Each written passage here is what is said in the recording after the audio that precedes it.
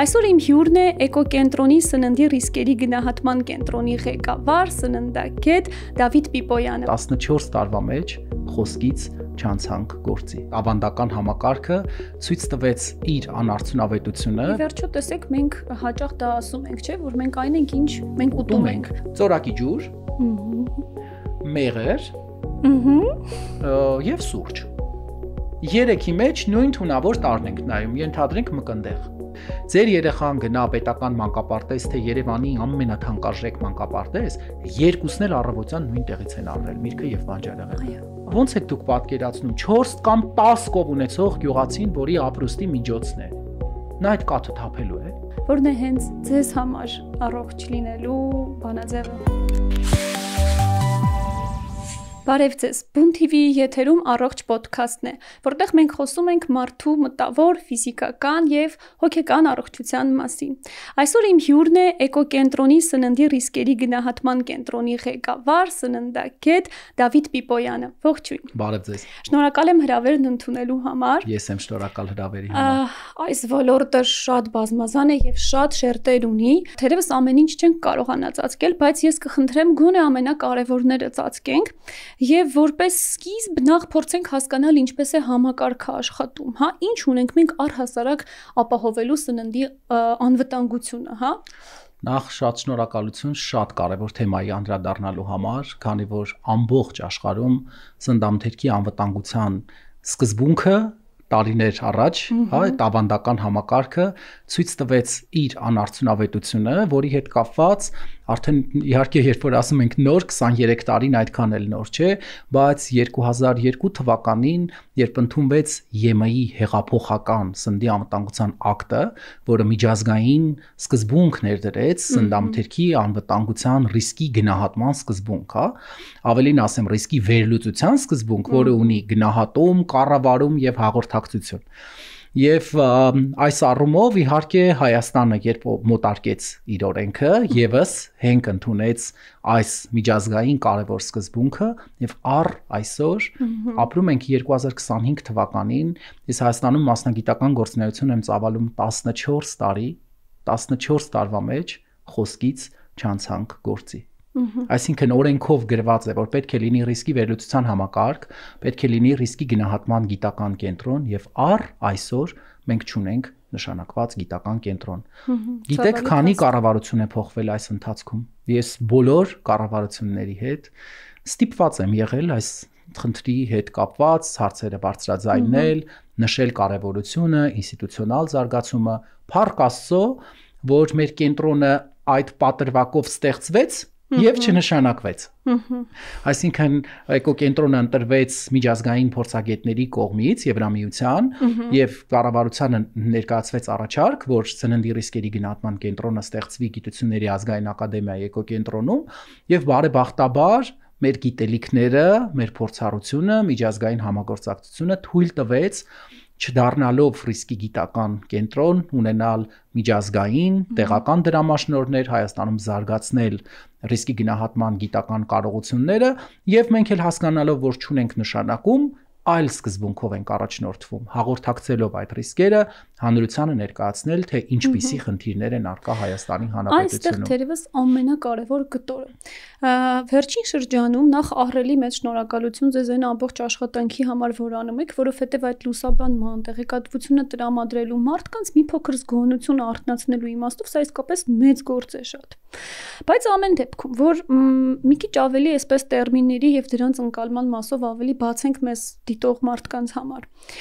Այն ամբողջ գործընթացը, երբ սննդամթերքը արտադրման կամ ներմուծման պահից հասնում է դարակներին, որտեղից ընտրում են մարդիկ եւ տանում են տուն օգտագործելու նպատակով։ Այդ ցիկլի մեջ ընդհանուր առմամբ Ինչն է բացակայում մեծ հաշվով եւ որոնք են այդ ստանդարտները, որոնց մասին սովորական միջին վիճակագրական քաղաքացին բնական է չգիտի եւ գուցե ինչ որ իմաստով շատ խորապես պարտավորել չէ, բայց այդ ցիկլի պահով ինչին պիտի ուշադրություն դարձվի։ Շատ լավ։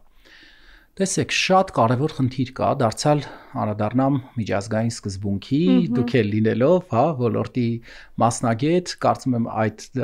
միջազգային սկզբունքներին լավ ծանոթ եք, դա կանխարգելման եւ նախազգուշավորության սկզբունքներն են, քանի որ մեր ամբողջ գործունեությունը որպես գիտնական, որպես մասնագետ այս ոլորտի պետք է լինի առաջինը կանխարգելումը եւ նախազգուշավորությունը։ Հենց դրա համար ենք ռիսկի գնահատում իրականացնում, որպեսզի կարողանանք մեր մասնագետների կողմից կա ոչ հաստատված տերմին, դա կարմիր դրոշակն է։ Հա, մենք ասում ենք մեր գործը ինչն է։ Մեր գործը կարմիր դրոշակը բարձրացնելն է, որպեսզի պետական կառավարման մարմինները հենք ընդունելով այդ գիտական տեղեկատվությունը, ուրեմն շարունակեն այդ աշխատանքը, բայց Հայաստանում համակարգը որպես այդպիսին, քանի որ նաև չկա նշանակում, դա ինչ է նշանակում, որ որոշումների կայացնողները չեն հասկանում գիտական տեղեկատվության կարևորությունը որոշումների կայացման գործընթացում, որովհետև եթե նրանք հասկանային, պարզ է, չէ, 13 տարի չէր պահանջվի մեկ գիտական կենտրոն նշանակելու համար, այսինքն շատ արագացված կանեին, եթե ունենային դրա անհրաժեշտությունը։ Երկրորդ, չունենալով իրենց կազմում գործող գիտական կենտրոն, պարզ է, որ եթե ունենային իրենք այդ հմտությունը, այդ կարողությունները կստեղծեին, բայց չունեն, ինչու, որովհետև բարդ աշխատանք է։ Ռիսկի գնահատումը հատկապես սննդամթերքի անվտանգության պահանջում է միջ առարկայական մոտեցում, հա, մեր խմբի օրինակով բերեմ, չնայած որ փոքրիկ խումբ ենք, բայց ունենք սննդագետ, ունենք սննդի տեխնոլոգ, ունենք սանփորձագետ, ունենք քիմիկ, ունենք սոցիոլոգ, ունենք ագրոնոմ, որովհետև բոլորս մի տվյալագետ, բոլորս միասին ենք աշխատում։ Ինչի, որովհետև երբ գնում ես դաշտ, վերցնում ես նմուշ, հետո գալիս է լաբորատոր փորձարկում, պետք է քիմիկը վերլուծի, բայց պետք է հաշվի առնենք մարդկանց կողմից սպառումը, սոցիոլոգը պետք է տա, թե ում պետք է հարցում անենք, ինքը պիտի ընտրանք անի, հետո այդ տվյալները պիտի վերլուծենք, տվյալագետը պիտի աշխատի, այսինքն Հայաստանում էլ գիտեք, մարդիկ չեն սիրում թիմային աշխատանք եւ չեն սիրում միջառարկայական մոտեցմամբ խմբեր։ Ինչի արդյունքում չեն կարողանում գործը ծածկել, որտեղ տարբեր մասնագետներ պիտի կողքի նստեն։ Բայց մեզ մոտ ցավոք սրտի նաև սննդի մատակարարման շղթան, որը սկսվում է առաջնային արտադրությունից եւ բնականաբար արդեն ավարտվում իրացման ցանցում եւ տանը, որը միշտ մոռանում ենք։ Այո։ Որովհետեւ այդ ամենաառողջ մթերքը դու կարող ես բերել տուն եւ դարձնել մթերքը վատորակ։ Բոլորս մոռանում ենք այդ շատ կարեւոր փուլը, մենք ոչ։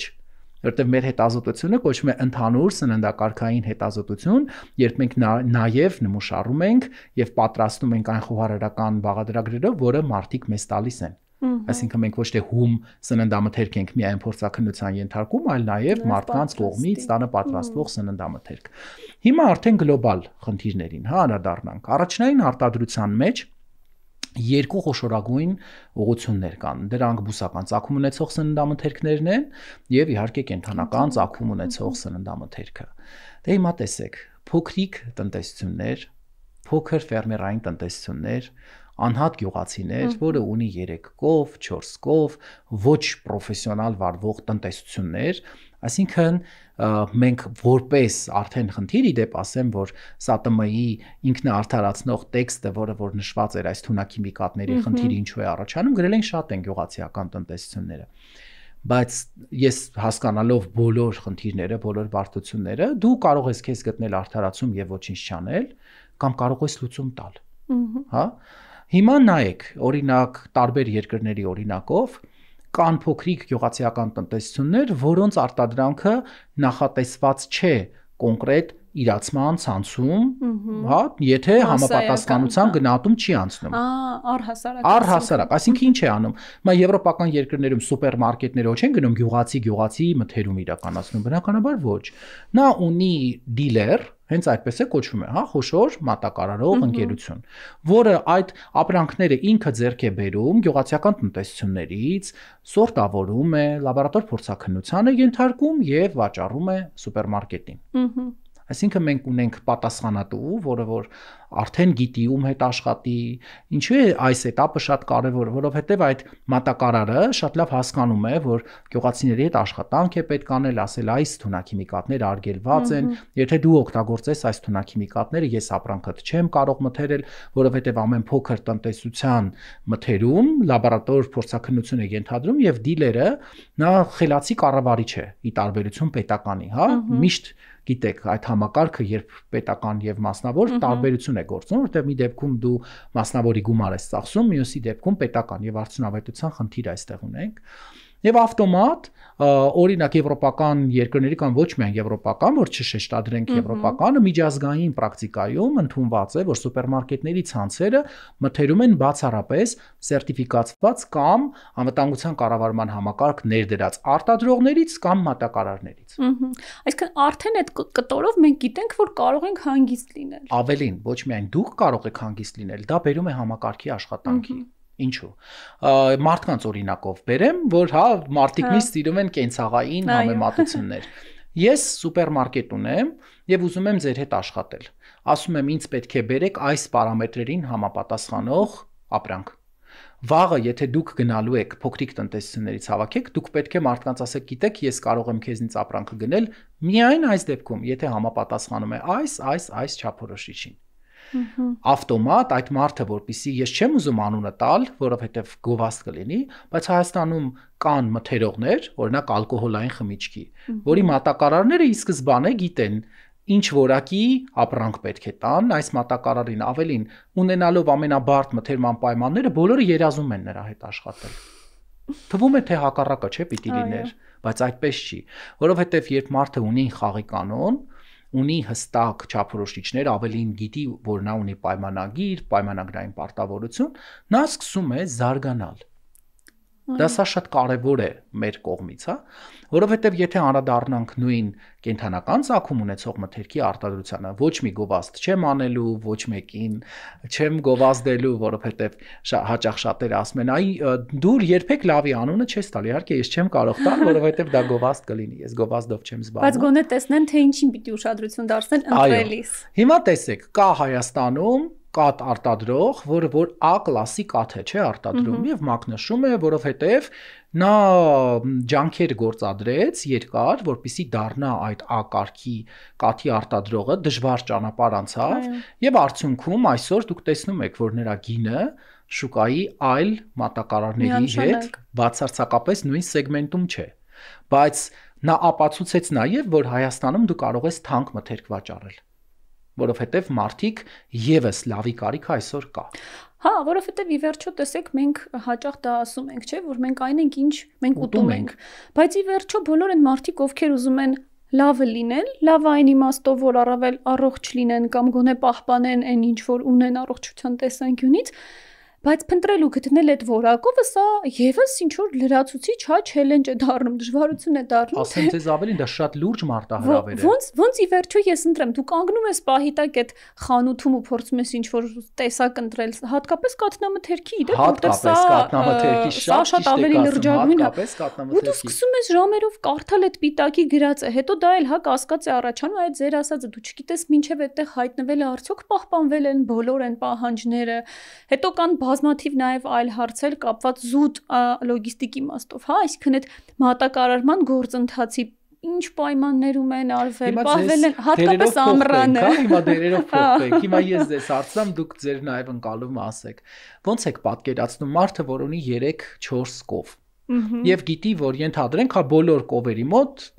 կթու կովերի մոտ առաջանում է գախնի կամ ոչ գախնի մաստիտներ, դա կրծաբորբն է եւ բնական է բոլորը բուժում պիտի իրականացնեն հակաբիոտիկով։ Ուզեն թե չուզեն, հա։ Ես միշտ նույն օրինակն եմ բերում, երբ մենք հաղորդագրություն ենք տարածում, արդյոք մի անգամից գրում են արգելեք։ Մա ձեր տեսախցիկի առաջ հայտարարում եմ մարդաբուժության մեջ, մարդկանց բժշկության բնագավառում կարող ենք արգելել հակաբիոտիկը, չենք կարող արգելել, որովհետև ուղղակի տարբերակ չունես, ուղղակի տարբերակ, այդ նույն տարբերակը չունի ֆերմերը, որովհետև կենթանի է, որը հիվանդանում է, որը ունի բորբոքային process եւ գիտությունը զարգացել է նրա համար, որպեսզի կենթանին բուժվի նաև ոչ արգելված հակաբիոտիկներով, նորից եմ կրկնում, բայց կա խնդիր, ցանկացած հակաբիոտիկ, երբ կենթանուց ստացվում է մթերք, որը նախատեսված է սննդարդյունաբերության մեջ, նա ունի կիրառման ժամկետ, այսինքն այդքան օր ապրանքը պիտի թափվի։ Այդքան օր կաթը պիտի չօգտագործվի։ Հիմա ոնց եք դուք պատկերացնում 4 կամ 10 կով ունեցող գյուղացին, որի ապրուստի միջոցն է։ Նա այդ կաթը թափելու է։ Ցավոք ոչ։ Հասկանում եք, այս խնդիրները, երբ մենք չենք ուզում բախվել իրականությանը հանած ակնոցներով, պարզ է, չէ, որ ես Հայաստանի Հանրապետության քաղաքացի եմ։ Ապրում եմ ձեր պես Երևան քաղաքում, մոտենում նույն տաղավարներին, մոտենում նույն հացի խանութ, մոտենում նույն բանջարեղենի խանութ եւ առնում նույն թունակի մի կատով միրգն ու բանջարեղենը, որը դուք։ Հավատացեք, մարդիկ, որ ասում են, այ ձեր համար հեշտ է, դուք գիտեք, ոչ, եթե ապրանքը բրենդային չի, մենք ոչինչ չգիտենք։ Հա, ես կարող եմ իմանամ այս արտադրողը հատորակ արտադրող է, բայց բրենդ ունի, հա, վերամշակող է, չմոտենամ այլևս իր ապրանքը չառնել։ Բայց ես ձերպես քաղաքացի եմ, որ մոտենում է առավոտյան խանութ, ի դեպ ասեմ, մոտենում է պատահած առաջի խանութը, որովհետև աշխատանքը սկսում է 9-ին, նույն խնդիրներով արթնանում եմ, նույն խցանումներով արթնանում եմ, տանից արագ ման եմ գալիս ուղակի, որ մի մեքենան կանելու տեղ գտնեմ, պարզ է, չէ, մեքենայի կայարման կողքը որտեղ տեղ եմ գտնում, մտնում եմ մի միրգ եւ բանջարեղեն առնում եմ։ Այսինքն անգամ միշտ չի, որ նույն խանութ ես գնում կամ նույն արտադրողին ես մոտենում։ Հիմա մյուս կարևոր բանը, որը կուզեի անդրադառնալ, դա արդեն խոշոր վերամշակման փուլն է եւ հանրային սննդի կետերն են։ Այդ ամենավտանգավոր։ Իհարկե, հիմա տեսեք։ Նույն բանն եմ ես ասում, ի դեպ ասեմ բազմաթիվ հանդիպումներ եմ ունենում, ես գիտեք, մի խնդիր կա, որը հաճախ տեսախցիկը երբ ֆիքսում է, հետագայում երբ դու կարդում ես մարդկանց մեկնաբանությունները, հասկանում ես, որ այնուամենայնիվ տեսախցիկից այն կողմ մարդկանց ընկալումը միշտ չի, որ համապատասխանում է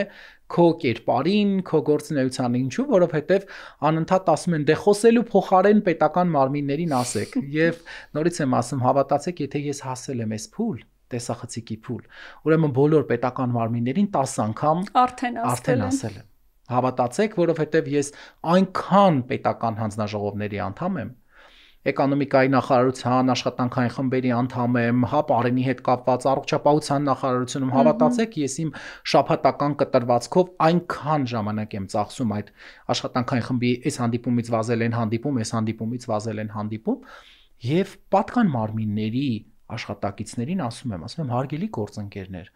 այս խնդիրները, որ ես բարձրաձայնում եմ, այդ թվում մրգի եւ բանջարեղենի, միայն իմը չի։ Ավելին ասում եմ,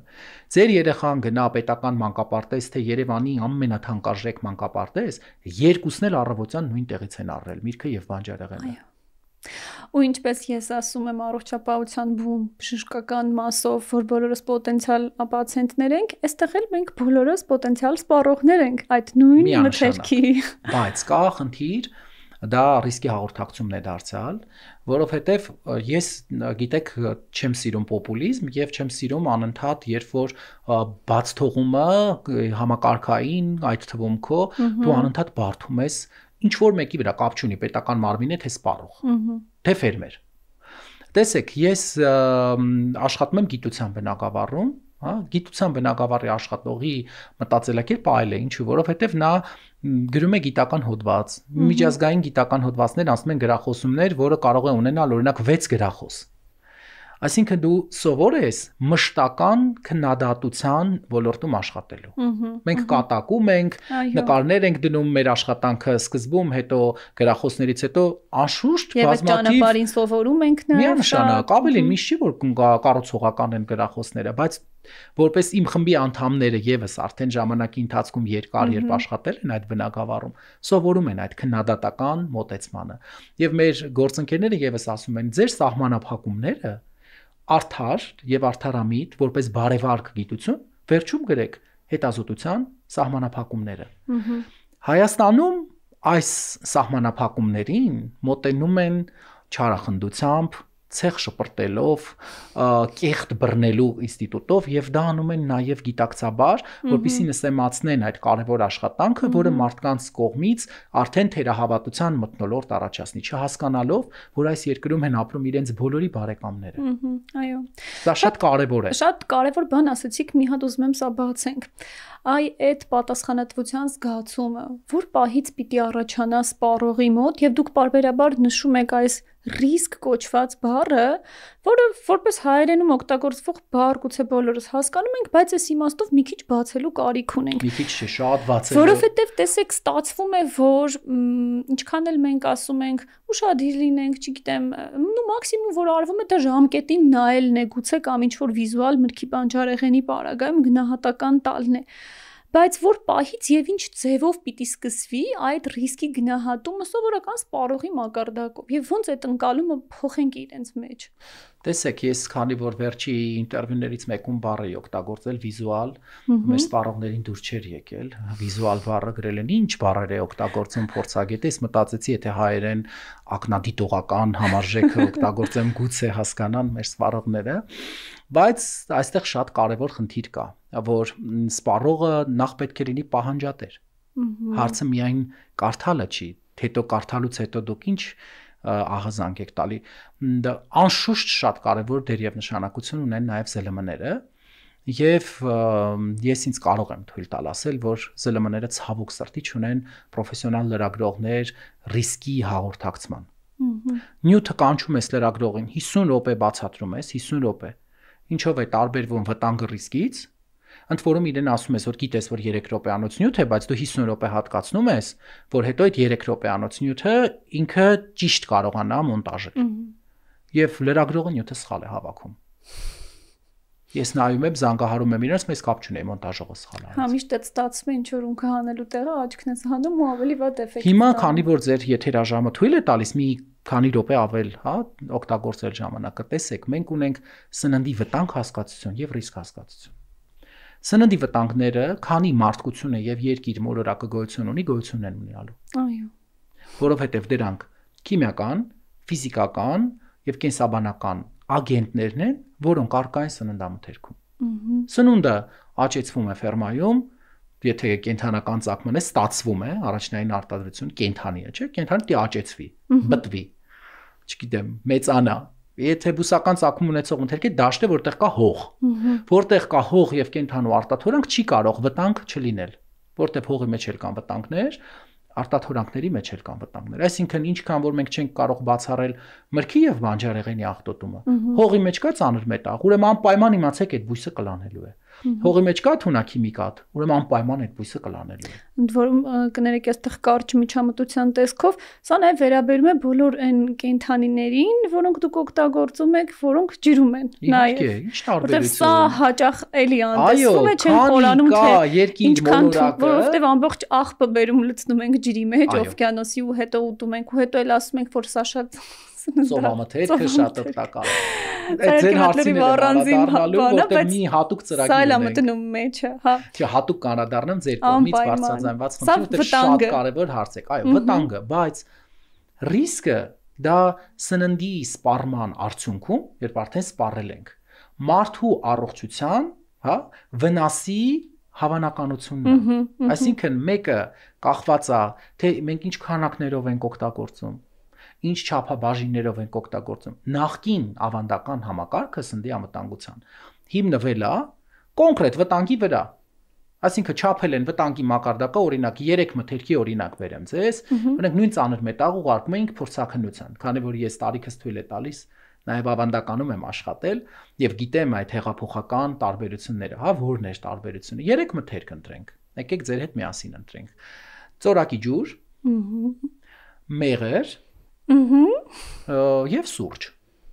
3-ի մեջ նույն թունավոր տարրն ենք նայում, ենթադրենք մկնդեղ։ Ուղարկեցինք լաբորատորիա, պետք է մկնդեղի պարունակությունը չափեն։ Ծորակի ջրի մեջ ստացվել է պարունակությունը 0.1 միլիգրամ կիլոգրամ, մեղրի մեջ ստացվել է 0.3 միլիգրամ կիլոգրամ եւ ուրեմն սուրճի մեջ 0.2 միլիգրամ կիլոգրամ։ Մա վտանգն ենք չափում։ Վտանգը, այսինքն բացարձակ պարունակությունը։ Որտեղ է ամենաբարձր պարունակությունը։ Մեղրի մեջ, որտեղ ավելին 3 անգամ ավելի բարձր, քան ծորակի ջրում, չէ՞։ 3 անգամ։ Մա ես ձեզ հարց եմ տալիս, դուք օրական որքան ծորակի ջուր եք օգտագործում։ Բնականաբար շատ ավելի շատ, քան մեղրը, ակնհայտ։ 1 լիտր կօգտագործեք, չէ՞ օրվա ընթացքում։ Առնվազն ես մի քիչ ավելի շատ եմ խմում։ 1-ից 2 լիտր կօգտագործ եւ պետք է խմեք, քանի որ օրգանիզմին անհրաժեշտ է, բայց մեղր հաստատ օրի 30 գրամ էլ չեք օգտագործի։ Հա, ընդ որում կարող են լինել ալերգիկ մարդիկ, ովքեր առհասարակ կարող են չօգտագործեն կամ կան մարդիկ, իրոք մեր հետազոտությունները ցույց են տվել, այսինքն պետությունը պետք է հասկանա, որոնք են իր երկրի կարևորագույն թիրախները, որպեսզի մարդկանց առողջությունը դարձնի գերակա ուղղություն եւ ամբողջ ուշադրությունը սևեռի այդ բնակավարների վրա։ Ես երազում եմ այդ օրվա մասին, եթե անկեղծ։ Տեսեք, մեր պետությունը իհարկե շատ լուրջ խնդիր ունի եւ գնալով այդ խնդիրը խորանալու է, մասնագետ չունի։ Սա կոնկրետ մեր, ինչ ասեմ, վաղը որ մեր պետությունը ցանկություն ունենա այս բնակավարը ոտքի կանգնացնի, ցանկություն մի օր արթնանան, չգիտեմ, պետական հանրարարական լինի, որ վաղվանից սկսում ենք այս խնդիրներով զբաղվել, մենք մասնագետներ չունենք։ Իդեպ ասեմ, որ սննդամթերքի անվտանգության կառավարումը որ գիտի, պրոֆեսիոնալ, նա գիտի, որ սննդամթերքի անվտանգության կառավարման հիմնահարցերը լինում են օպերատիվ, ընթացիկ պլանավորում եւ հեռանկարային։ Աշխարհի ցանկացած երկրում հեռանկարային պլանավորման մեջ մասնագիտական ներուժն է։ Որովհետև դուք վաղը կարող եք շատ ցանկություն ունենաք մեր ոլորտը բարելավելու, բայց չունենաք այդ մասնագիտական գիտելիքը, որ կարողանաք։ Ինչու հատկապես այս դեպքում ուղղակի պարտադիր է եւ անհրաժեշտ։ Հիմա տեսեք, պետական մոտեցումից ենք եթե խոսում, կա շատ կարևոր եւս մի խնդիր, ես օրինակ նայում եմ ՍԱՏՄ-ին, հա, տեսչական մարմինը։ Օրինակ դուք կգնաք վիրաբույժի մոտ, որը որ բժշկական կրթություն չունի։ Նշանակ ոչ։ Երբեք չեք գնա, չէ, որովհետև դուք չեք վստահի վիրաբույժին, որը որ չունի համապատասխան կրթություն։ Բայց սննդամթերքի անվտանգության տեսչական մարմնում, եթե նայեք վերջին 5 պետերը, առավելագույնը մասնագիտական կրթությամբ 1 մարդ կարող եք գտնել կամ 2-ը։ Հիմա փորձում եմ մտաբերել, երկրորդի չեմ հիշում։ Այսինքն այստեղ մենք ունենք խնդիր, որ մենք ի սկզբանե համակարգը վստահում ենք մի մարդու, որը որ մասնագիտական գիտելիք չունի, միշտ արդարացումը նույնն է, դե ինչ պարտադիր է ղեկավարը մասնագետ լինի, ղեկավարը թող մենեջեր լինի, տեղակալները մասնագետ կլինեն, բայց հետո նայում ես տեղակալներն մասնագետ չէ, հետո նայում ես, որ համակարգում էլ կարծես են տակի թիվն էլ մի երևելի գիտելիքներ չունի, ինչի, որովհետև այդ ներքևի օղակներում էլ աշխատավարձնացած էր, արդյունքում դու ունենում ես մարդկանց մի խումբ, որը որ աշխատում է առանց պրոֆեսիոնալների, բայց մյուս կողմից օրինակ, հա, միայն պետական բարձր պաշտոններում է նորմալ աշխատավարձ։ Նորմալ մասնագետը կգնա պետական համակարգում այդ աշխատավարձով աշխատի, իհարկե ոչ։ Իսկ մենք ունենք նաև մասնագետների խնդիրեն իմաստով, որ չեն ուզում մարդիկ սովորել։ Այ դուք եթե նայեք այս տարվա թափուր տեղերը, դուք կտեսնեք, որ եւ սննդամթերքի անվտանգության որպես այդպիսի կրթություն 2 բուհ է տալիս, Ագրարային համալսարանը որպես ավանդական բուհ, որը որ բոլոր սննդի անվտանգության հետ կապված բոլոր մասնագիտություններն ունի։ Ագրոնոմիա, բույսերի պաշտպանություն, անասնաբուժական սանիտարական փորձաքննություն, այսինքն նա համալիր կրթություն է տալիս, ոչ թե նեղ միայն սննդի վերամշակում կամ սննդի քիմիա, այլ շատ համապարփակ կրթություն։ Եվ Երևանի պետական համալսարանը, որ ավելի սննդի քիմիական անվտանգության ուղղվածության կրթություն է տալիս։ 2 ֆակուլտետների ուսանողների թիվը նայեք, այսինքն վաղը մեզ եթե մասնագետ պետք լինի, որտեղից ենք գտնելու։ Այ մենք աշխատակից ունենք, որ Ագրարային համալսարանի ուսանող է, իրենց կուրսը, եթե չեմ սխալվում, մի քանի ուսանող է, ասենք 3 կամ 4, 3-4 հոգով, բնական է, հետո էլ ոչ բոլորն են ուզենալու աշխատեն համակարգում, որտեղ ոլորտը ունի մասնավոր հատված, երկրից արտագաղթ եւ այլ եւ այլ։ Արդյունքում մենք արդեն կարմիր գիծը անցել ենք։ Բայց այսպես որ նայում ենք համաշխարհային կտրվածքով իրականում չափազանց պահանջված եւ կարեւոր մասնագիտություն է։ 3 գիշերը խոսում եմ Իտալիայի իմ գործընկերներից մեկի հետ։ Ագրարային կրթությունը Իտալիայում տարիներ շարունակ շատ բարձր մակարդակի վրա է, որովհետև գիտեք Իտալիան գյուղատնտեսական ապրանքներ արտադրող եւ արտահանող երկիր է, զեյթունի ձեթ, գինիներ, պանիրներ, մսամթերքի մեծ տեսականի եւ բնական է շատ մասնագետների կարիք ունի, այդ թվում տեխնոլոգների։ Գործընկերս նշեց, որ այս տարի Իտալիայում ագրարային ֆակուլտետներում ընդունված ուսանողների թիվը կրճատվել է 30%-ով։ Իսկ հաշվի առնելով, որ Իտալիան մեր պես չի, մի բուհ չի, մի համալսարան չի, բոլոր մարզերում, բոլոր ռեգիոններում իրենք շատ լավ ագրարային համալսարաններ ունեն։ Միլանում բնականաբար կա, Ֆլորենցիայում կա, Լացիոյում կա, բոլոր չկա, անգամ եթե բուհը ագրարային չի, անպայման շատ լավ ագրարային ֆակուլտետ ունի։ Մի հատ էսպիսի հարց այնտեղ է կրճատվել։ Այսպես առաջ շատ առաջ անցնելով կարող է արդյոք, որտեվ ես չեմ դիտարկում այն, որ համաշխարհային կտրվածքով հատկապես եթե ունենք այդ պատկերը, ընդհանրապես չի հետաքրքրում ես, թե մենք ինչ ենք ուտում։ Բայց կարող է արդյոք սա ինչ որ կապ ունենալ այն բոլոր տեխնոլոգիական զարգացումների եւ առաջընթացների հետ, որը մենք ունենք այս պահին, եւ դա կայծակնային արագությամբ է ընթանում, ու նաեւ բազմաթիվ քննարկումներ ու փորձեր են արվում, այդ թվում նաեւ սննդի այդ արհեստական աճեցման եւ արհեստական բանականության կիրառմամբ ստեղծման ուղղությամբ։ Կա այստեղ ինչ որ կապ եւ գուցե դա է նպաստում, որ միջազգային պրակտիկայում այո, Հայաստանի պրակտիկայում ոչ։ Մա բացատրեմ ինչու։ Միջազգային պրակտիկայում դուք միանշանակ ճիշտ եք, որովհետեւ առաջնային օղակում խնդիրները լուծված են, այսինքն կառավարման այնպիսի համակարգ է դրած, որ ավտոմատ արդեն բոլորը սերտիֆիկացված են այնտեղ։ Բացի այդ, արդեն բոլորը սերտիֆիկացվել են, ճանապարհ չունի էլ այդպես անցնելու։ Բոլոր տնտեսությունները, ովքեր սուպերմարկետներին ապրանք են մատակարարում, գիտեն ինչ բան է պատշաճ գյուղատնտեսական պրակտիկան։ Բոլոր ֆերմաները գիտեն ինչ է պատշաճ անասնաբուժական գործելակերպը, այսինքն այդ խնդիրները իրենք լուծել են։ Ավելին ասեմ, օրինակ, եթե նայում ենք վտանգի վերլուծության եւ հսկման կրիտիկական կետեր համակարգը, որը որ պիտի վտանգները տվյալ արտադրության վերլուծի եւ հսկման կրիտիկական կետեր մշակի, հիմա առաջ եթե կար կազմակերպություններ, որոնք այդ աշխատանքը անում էին, հիմա մարդիկ ունեն արհեստական բանականություններ, որը նույն գործը ավելի մատչելի անում։ Պարզ է, որ այս դեպքում չի կարող չբերել, բայց կան մասնագիտություններ, որտեղ դեռ արհեստական բանականությունը չի կարող փոխարինել, հա, որովհետև մենք կոնկրետ Հայաստանի պարագայում հողագործություն, ագրոնոմիա, բույսերի պաշտպանություն, այսինքն դեռ մենք այնքան երկար ճանապարհ ունենք, որpիսի ավելի պատկերավոր դարձնեմ, եթե մենք 13 տարում չունենք ռիսկի գնահատման կենտրոն, այս ոլորտը կայացնելու համար ցավոք սրտի ես եւ դուք կենթանի չենք լինելու, մենք չենք տեսնելու։ Դե մեծագույն ցանկության դեպքում կպահանջվի 30-ից 35 տարի, որովհետեւ այդ երկրները այդ ճանապարհը 30-ից 35 տարում են անցել։ Եմ չգիտեմ, կարող է ինչ-որ մեկը մեզնից շատ ֆանտաստիկ 30 կամ 35 տարի հետո դեռ տեսնի, բայց ամեն դեպքում տեսեք, ես տեսնելով մեր վերջի 13 տարվա դանդաղկոտ տեմպերը եւ արկա իրավիճակը, հա, դուք քաղաքացի եք, այսօր մտնում եք Երևան քաղաքի խանութներ, դուք այսօր մտնում եք հանրային սննդի կետեր, դուք այսօր Երևանի տոնավաճառներով եք շրջում, գնացեք մսի խանութները շրջեք, այսինքն այսքան ծավալի աշխատանք, որը որ կա, այսքան ծավալի աշխատանք, որը որ պիտի իրականացվի, եկեք այսօր տաղավարից դուրս գանք, միասին նստենք մեքենան, գնանք սուպերմարկետ, տեսնենք քանի միրգ ու բանջարեղեն վաճառող սուպերմարկետ ունի համապատասխանության փաստաթուղթ։ Ես դες թիվ ասեմ, դուք կարող եք չհավատաք։ Եթե 1%-ում գտնենք, ես ուրախ կլինեմ։ 1, դες 1 ինչ թիվ եմ ասում։ 1%-ում եթե գտնենք, ես ուրախ կլինեմ։ Որտեղ վստահ եմ էլ չենք գտնելու։ Եվ հետո երբ լսում ես սննդաբաններին, իհարկե, հա, ես դեռ նորմալ եմ ընդունում բոլոր այն խորհուրդները իրենք ինչ որ տալիս են, բայց ստացվում է, որ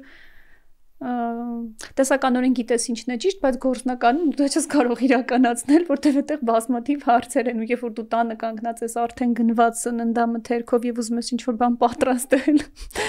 դու սկսում ես մտածել, ես հիմա պետք է մշակման գործ ընթացնել, փորձեմ տանը կազմակերպեմ, սոդայով լվամ, սա այսքան ժամանակ թողնեմ եւ այլն, էլ չասեմ ջերմային պայմաններ եւ այլն։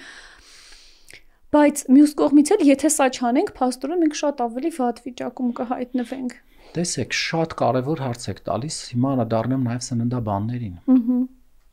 Այս երկիրն ինչի այսօրը։ Իրականում տեսեք, եթե պարզապես չի գրում մարդը սննդաբան, եթե իսկապես սննդաբան է, ուրեմն նա կրթությունը ստացել է արտերկրում։ Հայաստանում սննդաբանի մասնագիտություն չկա։ Դուք կարծում եք նորմալ է, որ երկրում չլինի սննդաբանության մասնագիտություն։ Բոլորովին։ Կամ նորմալ է, որ երկրում ունենաս մեկ պետական բժշկական համալսարան, հա, մեկ պետական բժշկական համալսարան, մասնագիտական համայնքի ներսում։ Դե տեսեք, ամենապարզ բանը ասեմ, ես Իտալիայի Տուշայի համալսարանում երկար տարիներ սննդաբանություն եմ դասավանդում եւ նայում եմ, հա, օրինակ այդ քանի ուսանող է սովորում ամեն տարի կամ քանի մասնագիտություններում է դասավանդվում սննդաբանություն։ Ուրեմն եւ սպորտի գիտություններում է պարտադիր դասավանդվում, եւ ագրարային գիտություններում, եւ սննդամթերքի ֆակուլտետներում, այսինքն ես նայում եմ այն բեռը, որը որ դասավանդող դասախոսները նաեւ ունեն, եւ կենսաբաններին է դասավանդվում, հետո գալիս է հայկական իրականություն։ Տեսեք, քանի բուհում այսօր դասավանդվում։ Ես երկու բուհ գիտեմ միայն, որտեղ դասավանդվում է, մի տեղ բավականին քիչ ժամանակով, երկրորդ տեղը դարձյալ ոչ այդքան մեծ ժամանակով եւ արդյունքում նորմալ չի էլի, որ երկիրը չունենա իր երկրում պատրաստվող սննդաբաններ։ Բացարձակ նորմալ չի։ Ավելին, մենք այսօր խոսում ենք նաև դիետոլոգիայի մասնագիտություն, որտեղ բոլորը շփոթում են սննդաբանությունը եւ դիետոլոգիան, որտեղ սննդաբանությունը կարող է լինել եւ ագրարային բուհերում եւ կենսաբանական բուհերում։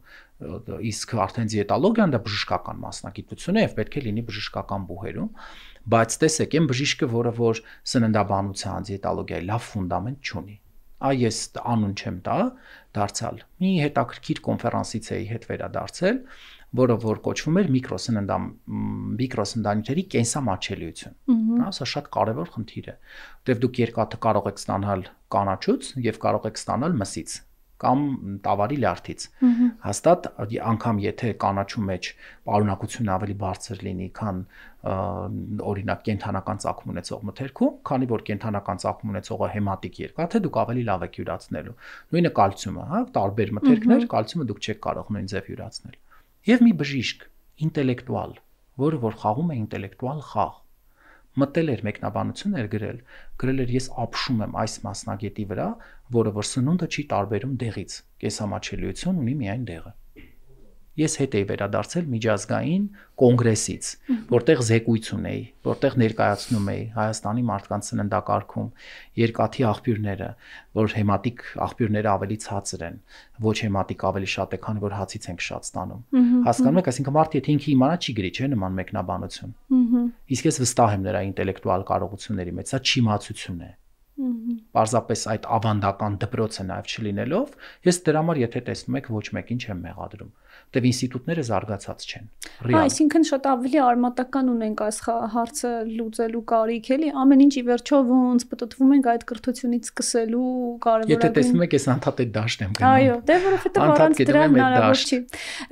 Ես ինչպես սկզբում ասացի, շատ բազմաշերտ են սննդի անվտանգության հետ կապված հարցերը, բայց ես չեմ կարող չհարցնել այն կարևոր ինձ հատկապես անհանգստացնող նաև որպես մասնագետ հարցը, թե Հայաստանը որպես երկիր, որտեղ մենք ունենք բազմաթիվ հանքեր, ակտիվ աշխատող եւ ոչ միայն ինչ վիճակ ունենք այն մակարդակում, թե շրջակա միջավայրը առողջության վրա ինչպիսի ազդեցություն է թողնում եւ երբ ես ասում շրջակա միջավայր, բնականաբար այստեղ նաեւ հաշվի եմ առնում այն կարևոր հանգամանքը, որ այդ տարածքներում աճում են այդ նույն մրգեր բանջարեղենները եւ ապրում են այդ նույն կենդանիները, հա։ Տևական ժամանակ գիտեմ, որ քննարկվում էր այդ ազդեցության գնահատման փաստաթուղթ ստեղծելու մասին միտքը, ինչ որ այդ հեղափոխական շրջանում, եթե չեմ սխալվում, ես էլ կարծեմ մի քանի անգամ այդպես չոր քննարկումների մասնակցեցի, բայց մենք ոնց որ այստեղ շարժված սայլ չունենք տեղից, բայց ուզում եմ հասկանալ նախ առաջինը այդ վտանգը իրական եւ երկրորդը ինչ կարելի է այստեղ անել։ Շատ լավ հարց եք բարձրացնում, դարձյալ եւ այս առումով երևի մեր առաջին իսկ աշխատանքները եղել են հենց լեռնահանքային շրջաններում աճեցված սննդամթերքի ռիսկի գնահատում։ Երևի ռիսկի գնահատման առաջին փորձը եղել է հենց լեռնահանքային շրջաններում աճեցված սննդամթերքի ռիսկի գնահատումը։ Իդեպ ասեմ, շատ հետաքրքիր էր այս բնագավառը, ինչու, որովհետեւ նախ կենտրոնի ընտրությունը պայմանավորված էր արկա հետազոտություններով, երբ միջազգային փորձագետները եկել էին, ես էկոկենտրոնում չէի աշխատում, այն ժամանակ կառավարության աշխատակազմում էի աշխատում եւ ես եմ իրենց ուղեկցել էկոկենտրոն, բացարձակապես մտքի ծայրով անգամ չպատկերացնելով, որ օրերից մի օր ես եմ տեղափոխվելու, որովհետեւ ես այն ժամանակ ինձ դեռ տեսնում էի ամեն դեպքում կառավարության աշխատակազմում, քանի որ իսկապես շատ կարեւոր էր այն գործը, որը որ ես իրականացնում էի, այսինքն գործադիրի աշխատանքը ինձ շատ դուր էր գալիս, եւ ինչով էր պայմանավորված, որ էկոկենտրոնի հետազոտությունները ցույց էին տվել, այ որ լեռնահանքային շրջաններում հողի աղտոտման խնդիրները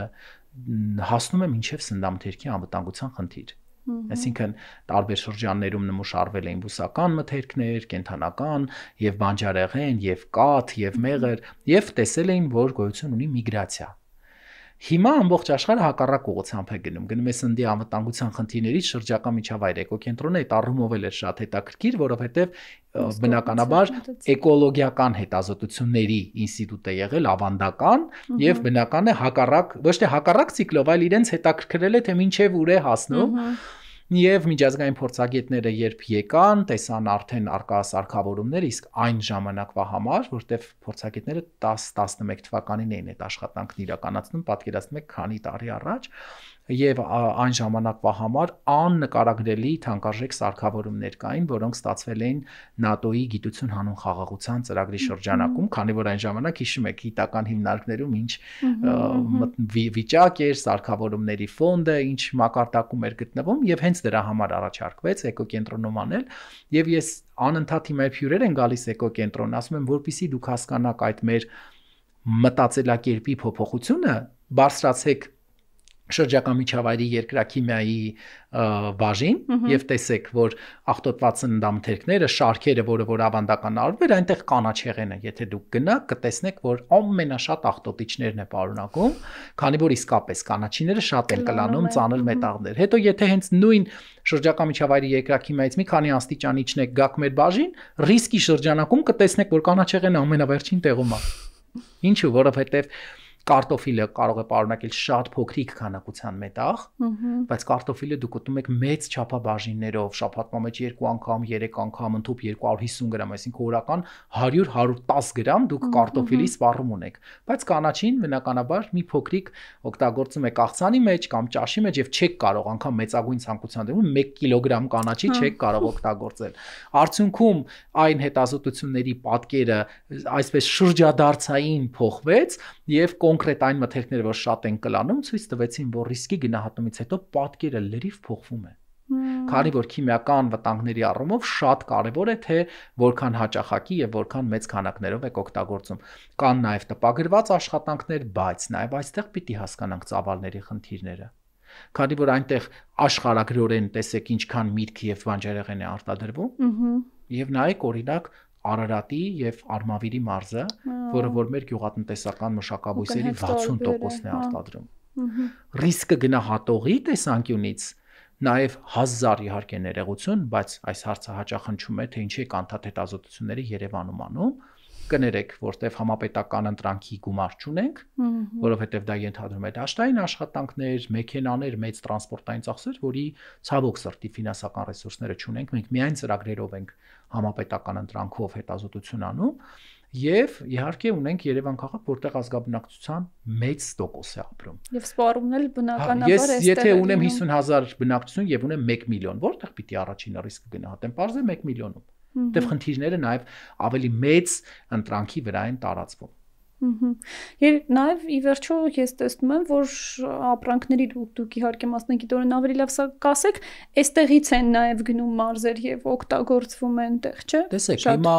նայենք եկեք ձմերուկը։ Ինչի եմ ասում, որովհետեւ երբ որ ոչ մասնագետները սկսում են անընդհատ կարծիքներ հայտնել, ես անընդհատ ասում եմ կներեք, էլ իսկ ինչի վրա է հիմնվում ձեր խոսքը։ Իմ խոսքը իմը չի։ Բացարձակապես ես կարծիք չունեմ։ Էկոկենտրոնում էլ ես կարծիք չունեմ։ Թվերն ամեն ինչ ասում են։ Ասում է հետազոտությունը, որի մեծ մասին հաճախ ես չեմ կարողանում մասնակցել, ֆիզիկապես չեմ կարող, որովհետև ստորաբաժանման ղեկավարը ունի գնումների պլանավորման, վարչական բազմաթիվ պատասխանատվություններ, պարզ է, չէ, որ ես հարցումների չեմ կարող գնալ։ Ավելին մեր սոցիոլոգը չի էլ թույլ տալիս, ասում է քեզ դեմքով ճանաչում են տարբեր հաղորդումներից, քեզ չի կարելի մասնակցել։ Իմ ամենասիրած աշխատանքը դուրս է եկել, ցավոք, ինչի որտեվ ես այնքան տեղեկատվություն էի ստանում մարդկանց հետ շփումից։ Մեր սոցիոլոգը զրկեց ինձ իմ ամենասիրելի աշխատանքից, ես նաև շատ շփվող մարդ եմ եւ հարցումների ժամանակ ինձ քիչ են մերժում, ես լավ համոզում էի մարդկանց, որ մասնակցեն հարցումներին, իդեպ մարզերում եւս։ Եվ պարզ է, չէ, որ ես բոլոր մասերին չեմ կարող հետազոտության մասնակցել, ես պիտի հետևեմ աշխատանքներին, որակի ապահովման գործընթացին եւ հետո դրա ամփոփման եւ գիտական հաշվետվություն պատրաստելու գործընթացին։ Եվ հաճախ որ ասում են Դավիթ, ասում եմ կներեք, բայց այս Դավիթ այս գործի մեջ միայն համակարգել է։ Ասում են Բագրատը արել է, ընտրանքը Մելինեն արել է, հաշվարկ, այսինքն իրականում ես հաճախ միայն համակարգող գործառույթ եմ ունենում գիտական հետազոտությունում։ Դրա համար դա իմ կարծիքը չի։ Դա հետազոտության արդյունքներն են փաստում, Իմ կարծիք կարող է լինել միայն մեկ դեպքում, եթե ես սեփական ինտերպրետացիա եմ անում։ Եթե հետազոտությունը ցույց է տվել, հիմա տարական բան ասեմ, հա, մեր հետազոտության համաձայն մեր ազգաբնակչության 50%-ը չի օգտագործում մեղր, դա իմ կարծիքը չի։ Փաստ է, ժողովուրդը կոնկրետ մեր հարցումները ցույց են տվել, հիմա տարական բան ասեմ, դարձյալ շատ ժամանակ մեր համար հենց հետազոտության արդյունքները մեր համար է անակնկալ։ Մենք նստում ենք ձերպես ուրախանում ենք, որովհետև կան բաներ, որ մեզ թվում է, որ պիտի այսպես չլիներ։ Հիմա օրինակ մենք մոտիկա երկու հետազոտության մեթոդ ունենք, մեկը կոչվում է 24 ժամյա հետկանչ, երբ ասում ենք 3 ինչ եք կերել, որ հասկանանք այդ սեզոնին բնորոշ մթերքների սպառումները, մյուսը երբ սննդի ընդունման հաճախականության հարցաթերթ, երբ գալիս ձեզ հարցնում ենք օրինակ այս մթերքը ինչ հաճախականությամբ եք օգտագործում։ Հիմա եթե ես ձեզ հարցնեմ դուք կաթ օգտագործում եք։ Ես ընդհանրապես կաթ չեմ օգտագործում։ Հիմա մեր հետազոտության համաձայն այն մարդիկ, որոնք որ նշել են, որ կաթ չեն օգտագործում, բավականին մեծ տոկոս են, բայց 24 ժամյայի ժամանակ նաև ինչ է պարզվել, մարդ կա, որ ինքը թվում է իրեն, որ ինքը կաթ է օգտագործում, որտեվ այնպես չի, որ ինքը չի սիրում, չի հիշում վերջի անգամ երբ ա խմել կաթ։ Եվ մեր հետազոտության համաձայն օրինակ 1500 մարդուց այդ օրը կաթ խմել էր ընդամենը 59 հոգի։ Դարձյալ սա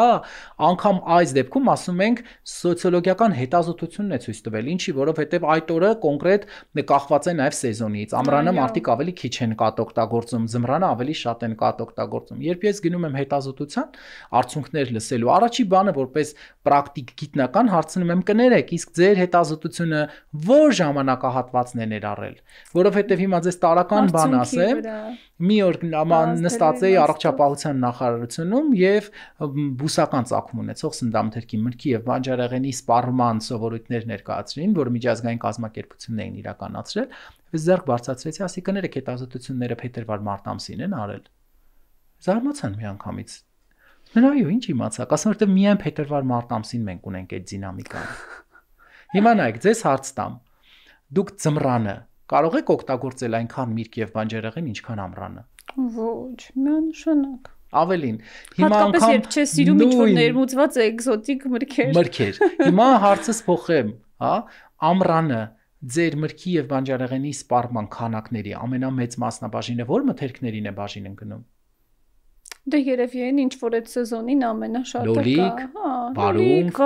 ձմերուկ, սեխ, որովհետև ձմերուկի, սեխի նաև չափաբաժինները, դա մենք մեծ ենք օգտագործում։ Մրգի տեսակային կազմում կեռաս, ծիրան, իսկ մենք դարձյալ սալոր դեղց օգտագործում ենք մեծ չափաբաժիններով։ Դուք ձմռանը, որ ուզենաք, կարող եք օրինակ նստել եւ այնքան կիվի, նարինջ եւ մանդարին օգտագործել, ինչքան որ ամռանը կնստեք ուտեք կեռա, անհնար է, չէ՞, այսինքն դուք եք լավ պատկերացնել, դա անհնար է։ Հետևաբար, եթե ես հետազոտությունը անեմ ինչ որ ինտերվալի, բնական է այդ սեզոնի առանձնահատկություններին եմ բախվելու։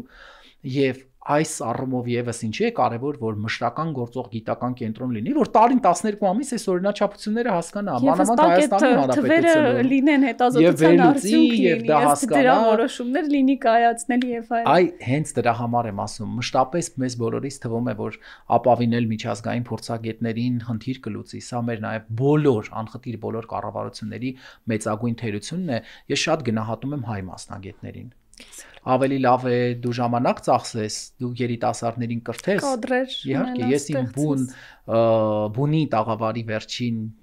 հա, ինտերվյուն երբ ունեցել եմ, հարցազրույցը մասնագիտության ընտրության հետ կապված եւ ուսանողը, որ ներկա էր, քանի որ այն հաղորդման ձևաչափն էր այդպեսին, հիմա մեր աշխատակիցն է, որը որ պաշտպանեց շատ հաջող իր մագիստրոսական թեզը։ Իդեպ բացեմ գաղտնիք, այդ մագիստրոսական թեզը եւս վերաբերվում էր մրգի բանջարեղենի աղտոտման խնդիրներին եւ այս մամուլի այդ վերջին բուրըն ընթացքից քննարկումներից բոլորը ինձ ասում են տեսար իր թեզը դարձավ շատ այդպես ասում են երեխեք ջան նա ունի նաեւ այնպիսի ղեկավար եւ թիմի հետ է աշխատում որը երբեք ոչ արդիական թեզի թեմա չի ընտրում հավատացեք մեր թեզերի որի արդյունքն էլ մենք տանք մամուլին նույն հանրային հնչեղությունն է ունենալու Վերջին հարցը շնորհակալություն նախ որ եկաք եւ այսքան հետաքրքիր զրույց ունեցանք մեր ավանդական հարցը որը բոլորին տալիս ենք որն է հենց ձեզ համար առողջ լինելու բանաձևը Շատ կարևոր, իսկապես շատ կարևոր հարց եք տալիս ինձ համար առողջությունը դա հոգեկան, ֆիզիկական առողջության այդ բալանսն է, հավասարակշռությունն է հատկապես երբ դու ապրում ես Հայաստանի Հանրապետությունում, կներեք, որ այդպես եմ ասում, բայց կարծում եմ, որ այն ամենը, ինչը որ մենք տեսել ենք, տեսնում ենք, հատկապես ես, հա, որ տարիքս այնպեսին է, որ ծնվել եմ Հայաստանի ամենավատ տարիներին, մութ, ցուրտ, դպրոց եմ գնացել սարսափելի պայմաններում եւ հիմա երբ հետահայաց նայում եմ, թե ինչքան երասկոտ եմ եղել այդ պայմաններում, հա, չգիտեմ, արտերկիր գնալ, կրթություն ստանալ, երբ մոմի լույսի տակ էի դասանում, մոմը կաթում էր, հետո չէինք կարող այդ հատվածին գրել, դա իսկապես շատ կարևոր է, որ չկոտրվես այդ պայմաններում պահպանես պոզիցիվ, որտեղ ինձ համար այ բարձր տրամադրության ապահովումը հոգեկան եւ ֆիզիկական առողջության նախապայմաններից մեկն է, որովհետեւ ես եթե հա ընկճված եմ, ոչ ուզում եմ աշխատեմ, ոչինչ չես կարողանում արդեն քո առօրյա հունով աշխատել եւ ցավոք սրտի այսօր նաեւ նյարդային խնդիրները մեր առողջության մաս են կազմում։ Մի քանի օր առաջ պատմեցի մարզասրահի այցելել եւ լրացնում էին, այսինչ հիվանդություն ունեք, ոչ, այսինչ վիրահատությունների ենթարկվել եք, ոչ, ասում են իսկ հոգեկան, ասում եմ որտեւ իսկապես էս 5 տարվա միայն մեր ապրումները, միայն անկեղծ ես ապշում եմ երբեմն, որ այս պայմաններում ես կարողանում եմ առավոտյան 8-10 մտնել աշխատանքի եւ մինչեւ երեկո նույն ռիթմով աշխատել։ Դրա համար էլ չգիտեմ ինչքան ջանք պետք է գործադրես, նկատի ունեմ իմ կյանքում սնունդը չի միայն որոշում մեր առողջության, բարեկեցության, բայց սնունդը անշուշտ ունի շատ կարևոր դեր եւ նշանակություն, նաեւ բարձր տրամադրության ապահովման համար, բայց մենք պետք է ուշադրություն դարձնենք մեր ֆիզիկական եւ հոգեվոր առողջության մասին շատ մտածենք, ինչի եմ նշում հատկապես, որովհետեւ տաղավարից առաջ արդեն զրուցեցինք ձեր հետ, որ մարդկանց թվում է, որ այն ծանր շունչ է, ասում է, որ իր հետ ինչքան դժվար կլինի։ Առանց պատկերացնելու, որ հավատացեք ռիսկի գնահատման բնագավառում լինելով, այնքան հեշտ եք ապրում։ Անկեղծ։ Տեսեք, ես 15 տարի արդեն նշեցի, չէ՞, բնագավառում եմ։ Ես տեսել եմ, որ ոլորտի ռիսկը գնահատել ենք, որ բոլորը միայն շատ օգտագործողների մոտ է։ Թոնակի մի կատի ռիսկը մենակ շատ ձմերուկ, կեռաս, խաղող օգտագործողների մոտ է։ Այսինքն, եթե 3 մթերքը դու խիստ չափավոր օգտագործես, ավտոմատ խնդիրների 85%-ը լուծվում է։ Աղի բարձր պարունակություն շատ քանակությամբ հաց եւ շատ քանակությամբ պանիր օգտագործողների մոտ է։ Տրանսճարպաթթուները պաղպաղակ շատ օգտագործողների մոտ։ Այսինքն, երբ որ դու այդ ոլորտում ես, սարսափելի հեշտ է ապրելը, որտեվ դու իրազեկված ես, այսինքն գիտելիքը ուժ է, եւ դու շատ լավ գիտես որոնք են այդ պրոբլեմատիկ մթերքները, ի վերջո չի կարող, չէ, երկրում բոլոր մթերքները պրոբլեմատիկ լինեն։ Ամեն ինչ որ թունավոր տարի կամ ինչ որ ոլորտի հետ կապված մի մթերք է, այդ մթերքը երբ որ դու շատ չես օգտագործում, նաեւ մենք տպագրած գիտական աշխատանքներ ենք, միշտ խնդիրները շատ սպառողների կլաստերներում է։ Այսինքն, եթե դու շատ չես սպառում, ավտոմատ խնդիրներիդ կեսը լուծվում է։ Եվ նաև այս առումով, որ Հայաստանում կա բուլինգ, ցավոք սրտի, եւ դա վերաբերում է բոլորիս։ Տեսեք, մարդը պահում է սննդակարգ, հիմա շատ օրինակ տարածված, հա, ֆաստինգը, ընդհատվող սովապահության սննդակարգը։ Երեկոյան տեղ է գնում կոնկրետ այդ մարդու ժամը 8-ին ավարտվում է, չէ՞, նստել է, զրուցել է, մինչև ժամը 8-ը կերել է, Հայաստանում էլ փառք Աստծո ուտելիքների մեծ մասը մինչև 8-ն են բերում, հետո երկրորդ, երրորդ քաղցրն է, որը կարող եք ընդհանրապես չուտել։ Եվ մի անգամից սկսվում է, դե լավ այսօր բացառություն արա, դե լավ ինչ ես քո հետևից ենք, այսինքն մեր մոտ հակառակն է։ Առողջ ապրելակերպը, հա, ոչ միայն չի քարոզվում կենցաղային մակարդակով, այլ թիրախավորվում են այդ մարդիկ, եւ ես մի գաղտնիք եմ բացում, այսքան ժամանակ որևէ հաղորդման շրջանակում չեմ ասել, բայց հիմա պետք է ասեմ, ես օրինակ երեկոյան 7-ից 8-ից հետո չեմ օգտագործում, որպեսզի անընդհատ այդ ուշադրության կենտրոնում չլինեմ, ես ուտելիք եմ դնում ափսեիս մեջ, բաժակից մեջ ջուր եմ լցնում եւ միայն ջուրն եմ օգտագործում, ինչեւ ափսես գալի այդ ուտելիքով փոխում են, ասում եմ տարեք էլի, ասում են փոխեմ, ասում եմ հա փոխեք։ Այսինքն ես լինելով ոլորտի մասնագետ, որպեսզի անընդհատ այդ ուշադրության կենտրոնում չլինեմ, ես ուտելիք եմ դնում ափսեի մեջ եւ չեմ օգտվում այդ ուտելիքից։ Շնորհակալություն։ Ես էլ եմ շնորհակալ։ Բուն TV եթերում առողջ ոդքասթներ, ցտեսություն։